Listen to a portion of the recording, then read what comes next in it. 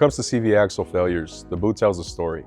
Catching damage early doesn't just save the axle, it can prevent a breakdown, a comeback, and a really bad day for your customer. Start with the obvious signs: visible cracks, tears, or dry rot, especially near the joint or the flex point. Even a hairline crack will let in road grime and water, and that joint will wear out fast. Watch for grease flung onto the strut, brake shield, or control arm. If it's there, the boot is compromised, and the joint's already losing lubrication. Boots are designed to move, but cheaper materials get britter, especially in cold climates or high-load conditions. OE-style neoprene boots, like the ones we use on the TrakMotive axles, flex without cracking and hold up over time.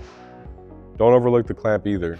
If the clamp is loose, stretched, or wasn't crimped right, grease will leak out even if the boot looks okay. We use stainless steel band clamps to keep a tight seal and stop that slow failure from ever starting. Here's a quick check during a routine service.